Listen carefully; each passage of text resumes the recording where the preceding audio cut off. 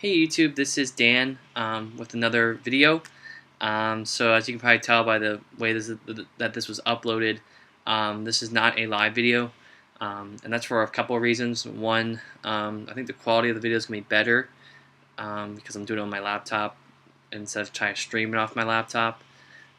Two, if anyone was willing to look at the video that I posted last week, it was kind of shitty. So I may just go with this route for now on. For some reason, my Wi-Fi, even tonight, for some reason lately has been not really good. Like it's been slowing down. I'm spending plenty of money on it, so it should be pretty fast. So I don't know what's going on with the stream. Um, so I'm just gonna do this on my laptop and then upload to YouTube. So hopefully the quality's better. Um, you know, so shouldn't be really much of a difference. No one's really tuning in on my live streams anyway. So, uh, so this video is a haul video. Yet again, I keep saying I'm gonna do something new, but this time I'm actually mean it when I say that this is the last haul video for a while because as of tonight, so starting tomorrow, I will not be buying any comic books for a full month. So from July 9th through August 9th, no comic books. But just want to show what I got this weekend. So like I don't know if I said this, but this past weekend I went to this comic book store out in Lancaster, Pennsylvania, like out in that area, Lancaster County. It's called Captain Blue Hen Comics. It's in Lancaster. It's in the basement of a church, so it was kind of sketchy. The air quality in the basement wasn't the best. It was very dusty, very dirty. Thankfully, we were only in there for a few hours. And I don't go there all the time, so thank God. But I was able to pick up some stuff that I needed for my collection. So I guess that's the price you're willing to pay, I guess, to go down there and get deals. I also went to a bunch of different stores that I usually go to. I went to. I'm not going to include them on the title of this video though, because they're all kind of extra stuff. And this Captain Blue Hen, I wanted to give him a highlight because the store is really good. Despite all the stuff, there's a lot of stuff to look around in and see. But I got stuff from Books A Million. I got stuff from Classic Collections again, and an Ollie's that was near me. So I'll go over all that stuff too. But I want to show the stuff I got first from. Well, I'll kind of explain where I got everything from as I go along. But I want to show all the comics I got. For me, mostly this weekend, in terms of single issues, it was a lot of Iron Man stuff. I don't think I bought any other issues of anything besides Iron Man. The collections were a mix of stuff, and I'll go over what I got as I go along here. But like I said before, this is the last haul. The last thing I'm actually going to be buying is tonight I'm ordering Avengers by Jonathan Hickman Volume 2. All of this. So I have Volume 1 right here. So just going to order the second volume, and I think there's only 2, because I think then it goes into Infinity. Could be wrong. I'm usually wrong with some stuff, but anyway, I'll get into it. But like I said before I start, Captain Blue Hen Comics is awesome. Definitely something worth checking out if you're in the area. Like I said before, the quality of the store, like in the basement, it's kind of something you have to deal with. Obviously you're probably not gonna be in there for as long as I will, but it's just something we could poke in and kind of check out. So I'll get started, and we'll get started with the single issues as we do all the time. So the first issue I have here is the Invincible Iron Man number 93. You can see here, this is the Jack Kirby cover. What this story was about, I do not remember. I read this about 2 years ago, so I'm not 100% sure what this is, but I think the character's name was Kraken. So yeah, you can see here, Iron Man saying you lose Kraken. This is still in the era of comic book pages where they had the blurbs on them, so I thought that was pretty cool. Just trying to tell what the story's about before you jump in. But this is kind of a little bit of a lower grade book. You can see the fading's pretty evident on the front. But again, a key early issue that I've been trying to find. Like I said before, my other my other shows or videos, the Iron Man issues from like 1 to 100 are going to be kind of hard to find for a good price. So I picked this up for about like $4, which doesn't sound like a lot because that's how much an issue goes for today. But for a single issue like this, it's kind of a big deal. But yeah, anyway, 93. I gotta go through these a little bit faster than I do right now. So next one is Iron Man 105, and this is again not stellar stuff. This is about 10 issues away from when we get into the Dave McElhaney and Bob Layton and John Romita Jr. run, which is a lot better than this. But this is a point where Tony was kind of like just dicking around with Madame Mask, didn't want to really help out because I think his at this point I think Stark Industries was taken over by Midas, and Jack of Hearts, the Wraith, and Guardsman all tell him like, dude, you have to help us take back Stark Industries. Like, you need to do something. You need to help out. So I guess that's kind of what the conflict is here. Again, pretty forgettable stuff, but it's a cool issue. Jack of Hearts, had a straight run of appearances during this time, like from like I think 95, like about like maybe 10-15 issues he was showing up as like kind of like a secondary character for Iron Man. So cool stuff. And I'm pretty sure, yeah, that's not a Kirby cover. Next one is, so we kind of jump here. So the next issue I bought was Iron Man 153.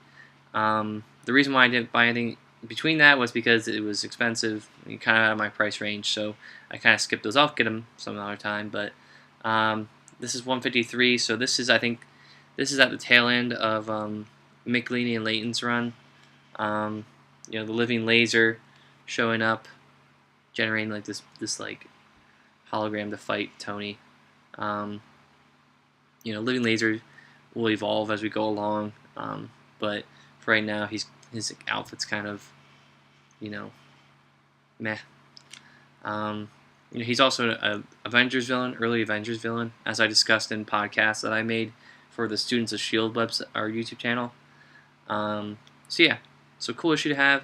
You can see here that during this time, they used to have the ads for Amazing Spider-Man and His Fantastic Friends on NBC. So yeah, cool issue to have. Again, like I said, kind of a key issue, early issue.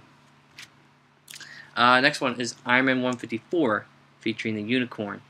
I think at this point, like, I think the Unicorn was like he hasn't shown up. I don't think he shows up a lot in Iron Man, like, because he has a pretty good presence in the first like few issues of Iron Man's Volume 1 stuff, like between like I don't know, like issue 4 or something, like in between issue 4 and like 15 or something, he has like a few appearances, and then he kind of goes away for a while.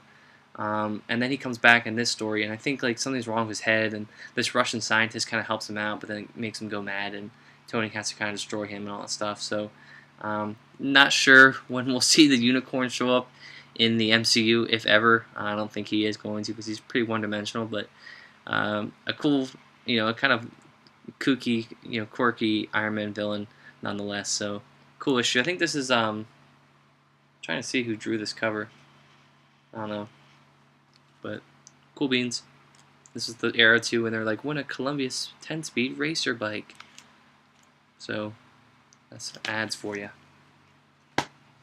Those ads were pretty much in all of like, Romita and Layton's run of Iron Man. Then the next issue we have is Iron Man 160. So this is the beginning of Denny O'Neil's run.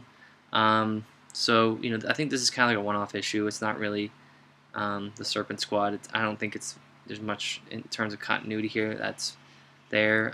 It's kind of just Denny O'Neil kind of getting his footing. I could be wrong. This could be like a filler issue between McElhaney and Denny O'Neil's run, but this is in the Enemy Within Epic Collection. So cool stuff. I think this is actually featured on the back cover of that Epic Collection, like the where it has a description of the book and all that stuff. So cool. Next issue we got is Iron Man 164, and this is where we start getting into the chessmen of Stain's group. So you have like the Bishop, you have the Rook. I forget what the other one is. Not sure. The Knight. That makes sense. But it's pretty literal when you say that Stain likes playing chess with stuff and like manipulating stuff to get his way. I don't think I think we might be introduced to him in this issue, but I could be wrong. I think he comes along later. I don't know if they know yet that this is him that's doing this, but cool issue.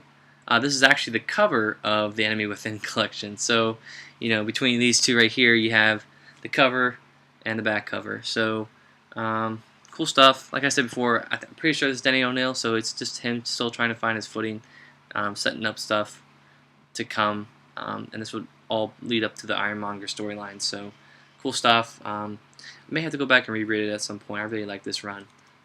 So yeah. Reread Iron Man. I haven't even gotten to like 55% of my collection yet. So, next thing we have here is Iron Man 168. Just a showdown with Machine Man. I've read Machine Man and a couple of things. If you guys listen to my Doom Epic Collection podcast, I mentioned Machine Man in the Terminus storyline. That's towards the end of that Epic Collection. Machine Man's also featured in the Iron Man 2020 collection that came out. There's the 4-issue miniseries that came out for him is in there, and that kind of includes the Iron Man 2020 in like an antagonist role, which is kind of cool. You can see here this is Iron Man facing off against him. Again, it's been a while since I've read this, so can't really remember, but I'm pretty sure this is kind of like a one-off issue too. We're getting close though to I think this is 2 issues before Rhodey officially dons the armor as Iron Man. So this is kind of like towards the tail end of when Tony kind of slips back into alcoholism. So yeah, I think at the end of that issue is the panel where Tony, like, something happens with this Yvette girl that like Stain kind of throws on him and like kind of dumps him. I don't know, I forget what happened, but Stain uses this woman to manipulate Tony, and then I think something happens with his company or whatever, and then there's a panel at the end where he literally picks up a bottle, like looks at it for a second because he just came out of alcoholism like 40 issues ago, and then the last panel is him just chugging the bottle, which is really kind of sad because like as I was reading, I was like, fuck, like you literally just got out of this, like you're going right back. So that's really powerful, I thought. But anyway, next issue is Iron Man 171, and this is Tony going against Thunderball, part of the Wrecking Crew, and they were going to be featured in Secret Wars, the first one back in the 1980s. So I think this is actually the first issue with Rhodey Rhodey donned the armor in 170. This is him kind of, these first 2 issues of him with the suit is him kind of figuring out how to work it all and stuff. Because Tony at this point is kind of just out of it. Like he's drinking, he's like on his own, doing his own thing, kind of being a bum. So like Rhodey's left to kind of figure it out by himself. Throughout this whole run, Luke McDonnell's doing the art, and his Iron Man's pretty iconic as well. Kind of sticks with like the classic Layton style, like Ramita stuff, but still kind of awesome. So and this is obviously Denny O'Neil, so good shit. Next issue is Iron Man 172. So you can see here, Tony's kind of in his alcoholism stage. Firebrand was a villain that showed up pretty early in the Iron Man stories. There was a storyline with him, like Firebrand, trying to, it was during his like civil rights kind of stuff, like kind of like early 70s, and Firebrand was kind of like helping this like rebellious group of kids like take down, like, I think it was actually protesting Vietnam now that I think about it, because like Iron Man shows up and then all these kids like throw tomatoes and shit at him because of like, you're a sign of war and all this stuff and we hate you. And then Firebrand was kind of like aiding in that whole protest. So yeah, but anyway, Captain America saving Tony from a burning building.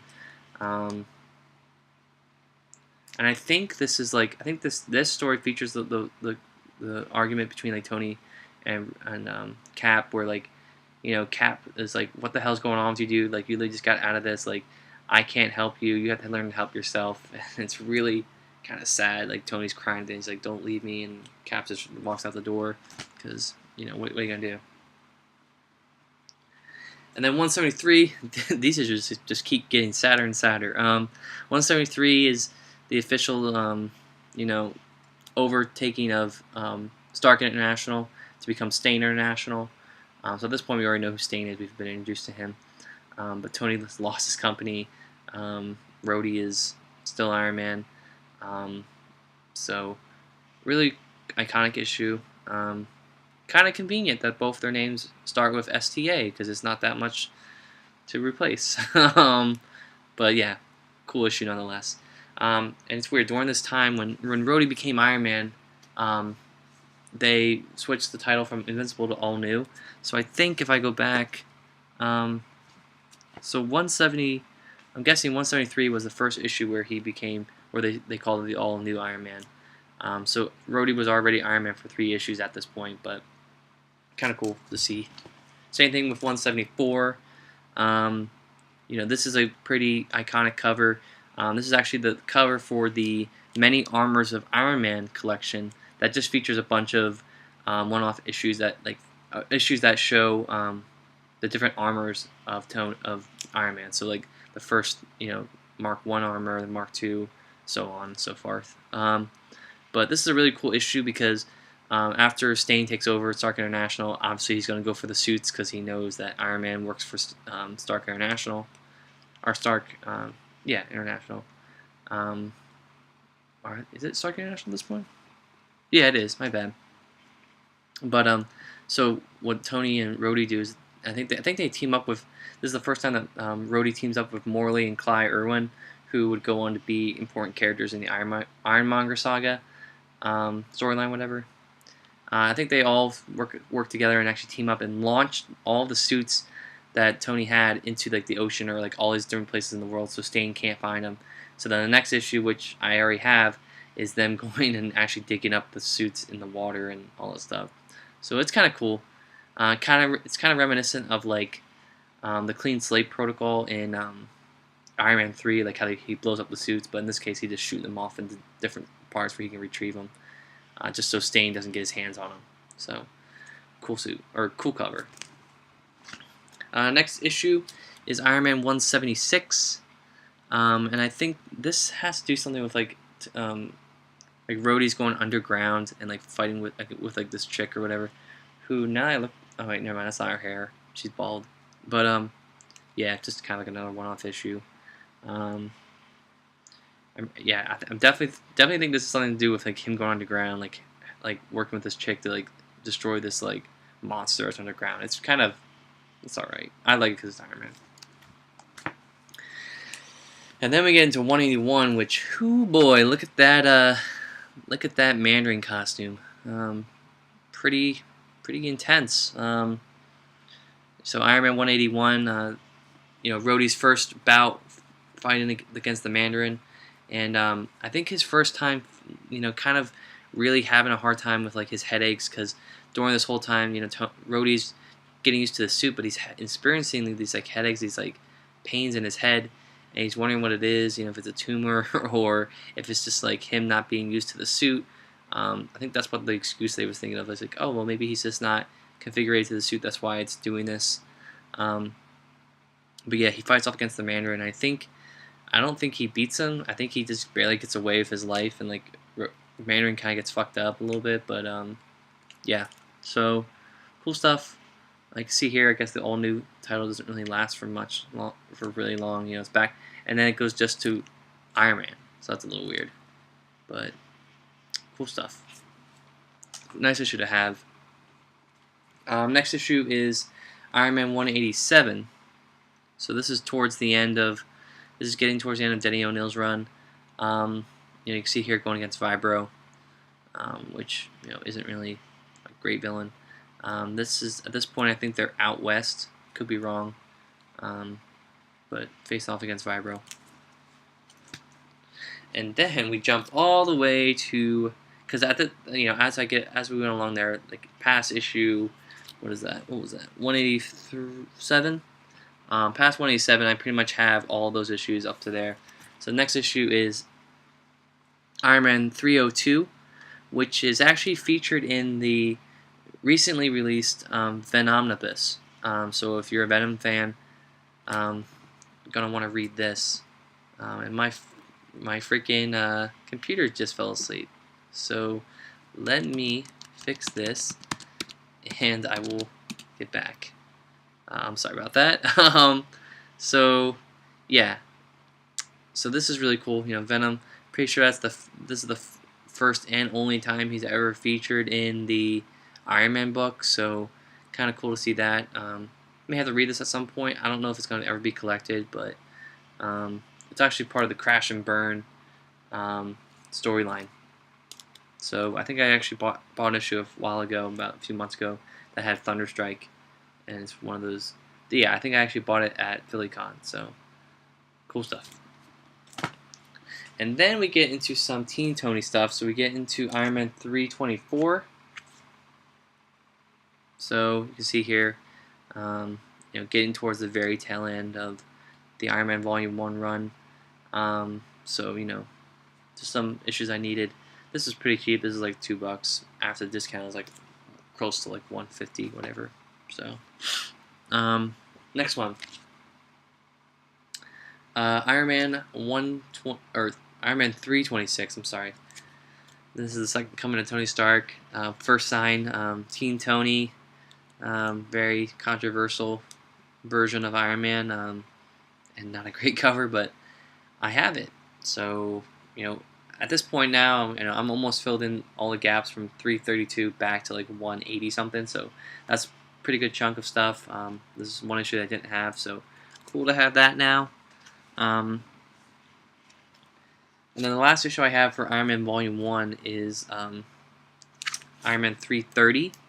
So you can see here, featuring War Machine.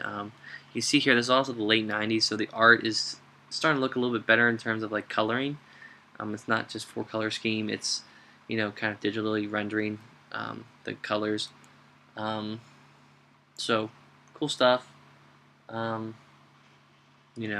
Looks very 90s to me, but I got it. So this is actually the third to last issue of the Iron Man Volume 1 stuff. It ends at 332. So yeah, cool. Not really a big fan of like this little stamp back there, but what are you gonna do? So the next thing I got is an annual. So I got Iron Man Annual number 15. This is from 1994. So kind of up there. This is obviously before Teen Tony, all that stuff. You can actually see here too, there's a spine on it, so that's really cool. It's a thick book. Like I said before, I don't know when they're going to collect this, but I got it. So I think this actually means I have like nine consecutive annuals. Don't know where I'll find annuals like 1 through 6. I think those are the ones I didn't get. 1 through 5, whatever. So cool stuff though. Excited to read that. And then I skip ahead, so that's all Volume 1 stuff. So now I actually was able to stumble across Volume 2 stuff, which, for most Marvel characters, Volume 2 was the Heroes Reborn stuff. So, and that only lasted for about a year, and then they kind of wrapped it up and then moved on to Volume 3, which was Heroes Return. So you can see here, this is Iron Man Volume 2, number 1, featuring the Promethean armor, which for me is pretty terrible. But I actually bought the collection of all these issues, which I'll show later. But was able to pick this up for $1 at Classic Collections, which I meant to buy for a while and I never got around to buying. So I'm gonna try to buy all 13 issues of this series.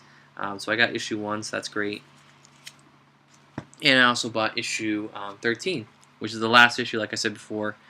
This isn't in the collection though, because this was part of a crossover event with all the other Heroes Reborn stuff during that time. So, a very short run, 13 issues. Didn't work out for Marvel as I guess they were hoping, but got this for $1. Ignore that price on there, but cool stuff.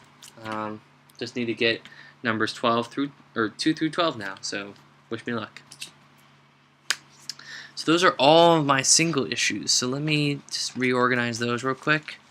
So like I said before, just getting some more Iron Man stuff. At this point, I have 207 issues from Iron Man Volume 1. So that puts me at about 65% completion on my Iron Man Volume 1 stuff. So as I move forward, obviously I'm going to have to probably be a little bit more open to spending more money on stuff, because the issues from like I said, from 1 to 100 are going to be, I'm not going to be able to find them for $1, some of them. So just got to take them where I can. So this is kind of, I know it's a lot of spending of money, but it's kind of getting cool now, like being on the hunt and kind of filling these gaps. I've also heard about this one store called My Comp Shop, so I might be going on there, seeing online if there's any gaps I can fill in for cheap. Kind of fill that out too. So we'll see. I'll keep you guys posted as always. So I'll get into my trades real quick. So I picked up some trades at Books A Million. Like I said last week, they actually restocked a lot of stuff. But when I went back there today with my friend, they actually restocked more stuff. So I'll go through some of the stuff I bought. So the first thing that I got is the Winter Soldier, The Bitter March. So this is a story that came out, I think, kind of semi-recently. I mean, judging by the trade dress, came out in 2014. So you can obviously see why they released this. This came out around the same year as Captain America: Winter Soldier came out, so probably capitalizing on that movie. My friend said it was alright, so I picked it up. I mean, it was only like $5, so $4 or $5, for a nice trade. It's a miniseries too, so it's not like I'm have to hunt down more volumes of it. It's by Remender, so we'll see. I haven't read a lot of Remender stuff, if any, I don't think. So excited to read this and see what's going on. But yeah, Winter Soldier, cool stuff. We'll see how it goes. The cover's a little beat up, but what are you gonna do? So next thing, and this is something that is kind of like my next project to collect, is X Factor by Peter David. I plan on getting the Epic collections, the Genesis and Apocalypse one, and then the all different X Factor, which is I think the beginning of Peter David's run or whatever, kind of middle whatever, of his Volume 1 run, that is. He went on to did Volume 2, all that stuff, and I think this is his newest stuff that came out of Secret Wars, I believe, or maybe before. This is all new X Factor Volume 1, Not Brand X, which is actually, I think, a playoff of Not Brand X, which was like an issue, like a series that came out like back in like the 60s, 70s, that like made like there was material from it in like the Epic collections for Avengers that like were parodies of the stories or whatever, so like cartoon versions of the stories. So we'll see, but just some X Factor stuff that I want to get. I'm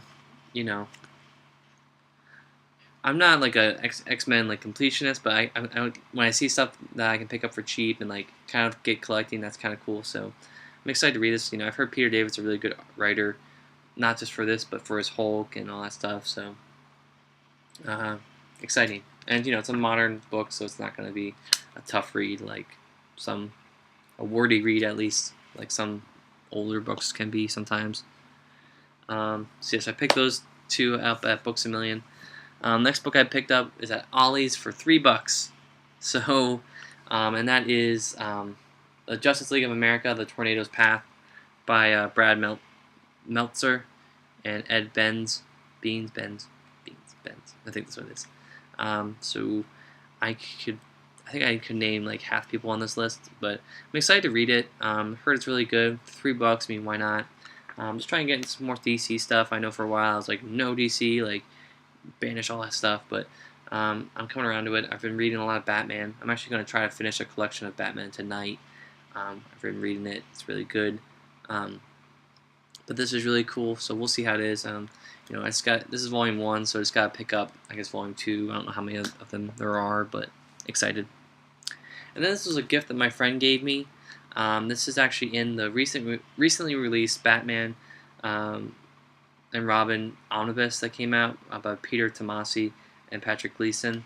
But this is actually this trade is the first volume that came after the New 52 was announced and all that stuff. So he kind of gave it to me because he's going to get the omnibus. He actually got the whole lot that's in the omnibus, so he got like the trades and stuff like that. So he's not going to get the omnibus, but he gave me this because he had duplicates of it. So shout out to him. Thanks for this. It's a thick trade. It has issues 1 to 8, which is pretty cool. Just trying to read some more Batman. Like I said before, Batman's probably one of my most approachable DC characters at this point. I really want to get Tom King's run on Batman. I've heard that's really good. A lot of my friends dig it, so I kind of want to see what's all about, see what the hype's all about. I know it's probably not the best spot to start, but I will plan on going back and getting a lot of the older collections. Just need to, I want to mix it around. I want to read a straight run of Batman. I'll burn myself out on him. So yes, I got that Ollie's for $3. I would suggest, if you're a comic book fan, go out and check your Ollie's. They might have a comic book section that has a bunch of that stuff. I know mine does. It's not the best. A lot of people have been able to find better stuff at their stores, but I mean, mine's alright. We'll see. Excuse me. Oh my god, I'm burping on the freaking video. Next collection. Actually, let me. This is actually bigger than this, so let me skip that. The next collection, like I was referring to, is Iron Man Heroes Reborn. So like I said, this collects issues 1 through 12 of Iron Man Volume 2. This came after Iron Man Volume 1, obviously. So, some very intense 90s art. Pretty cool. All in all, I mean, like, I'm an Iron Man fan. I'm excited to read this. I want to know what it's all about. And also, there's stuff that happens in this book that gets referenced, in the first, 1 or 2 issues of Kurt Busiek's run. So I kind of want to know what's going on and kind of how that happens. I just picked my nose on a freaking YouTube video. What the heck? Oh my god, I'm sorry. But I'm excited to read this. We'll see how it goes. But, like I said before, not the best stuff, but we'll see. I didn't really get this for a deal. I got it for 40% off, which, an IST can do better. But I got it for about $19. So it's kind of an impulse buy, but whatever. I have it now. It's pretty thick, so I mean, it's kind of worth it. And like my friend was telling me, these trades aren't really. They're not really. Marvel's really not republishing them, but they're not really going out of stock. So, they're kind of floating around the same price as what I paid for it. So, yeah, cool stuff. We'll see. Just an Iron Man gap that I had that I wanted to get to. So the next book I got this from Classic Collections. I guess someone just brought it in because I didn't see it there last time. I got this for $4, which is insane. And it is Executioner's Song. And this is another event in the Iron Man X-Men mythos. And I was looking through the contents, and these contents have a few issues that are missing. But I was talking to my friend, and he said it's all right. You don't have some of the issues that are missing there aren't key issues. So he said he would definitely get this. He already has a hardcover, so there's no use to get this too. But I bought it because I needed it for my collection of X-Men stuff. Don't know if they're gonna make Epic Collections for this stuff at some point. If they do, I might sell it. But for now, it's a good gap to have. I think it picks up right after Bishop's Crossing, so a nice chunk right there to just read through. Like I said, this is pretty thick. I mean, it has issues 294, 295, and 296 from Uncanny X-Men, and then X-Men Adjectiveless X-Men is numbers 14, 15, and 16. So, kind of towards the tail end of the Uncanny X-Men run, or not, I guess not tail end, but of the Claremont run type of stuff. I think Claremont. I don't even know if Claremont's still writing this. Maybe he is. I think he is. Whatever. But yeah, I mean, this is an older trade, as you can probably see by the side, but it's actually kind of cool. I mean, it has reflective, 90s reflective stuff. The spine is a little cool.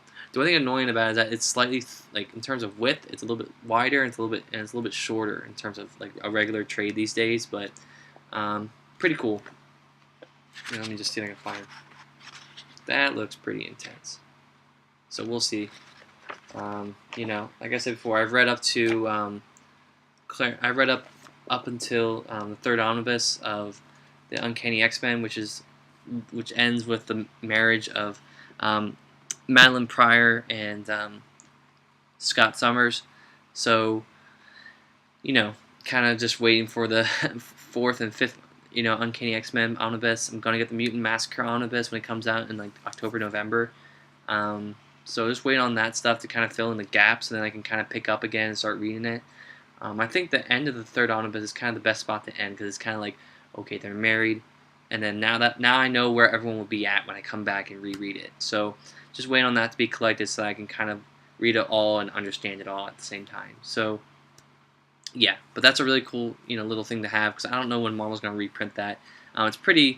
It's been reprinted pretty well. I mean, that's an older trade, but they also made a newer trade that had more material in it. Like I said, that's not necessary to read. And then there's a hardcover, which I'm guessing is out of print or really hard to find. So yeah. So the last book I got is another Epic collection, which like I said before, cannot promote them enough. Last one I have here is another Thor collection. So I've gotten 2 Thor collections in the past like 2 months, so that's really cool. And this is Thor in Mortal Flesh. And what's even cooler about this is that I actually got this at Books A Million for. This one was a little bit more expensive, but still worth it for me. It was $13, but it was a $40 cover price, so can't beat it.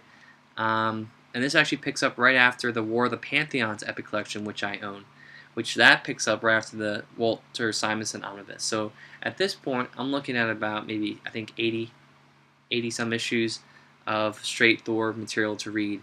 And I know this is kind of getting up there. This collects Thor 401 to 418 and annual number 14. So getting up there. This is 1989 to 1990. So getting towards the tail end of Thor's Volume 1 stuff. But still really cool to have. Some really good artists on this.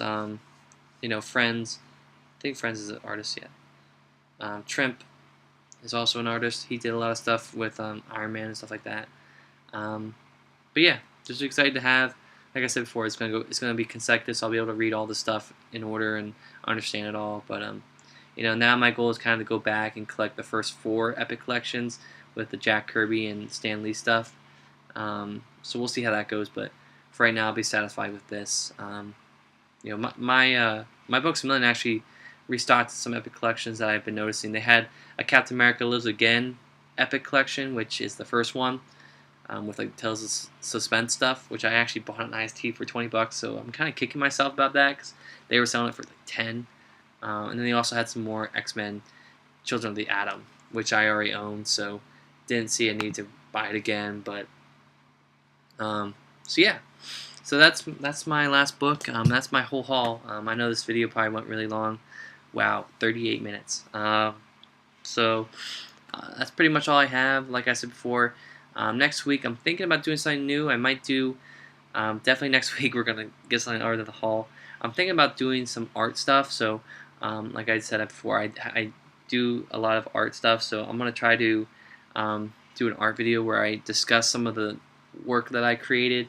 What was my inspiration for it, all that stuff. So be looking out for that. But I hope you guys enjoyed this haul. As always, have a great week, and I'll see you guys on the flip side. Bye.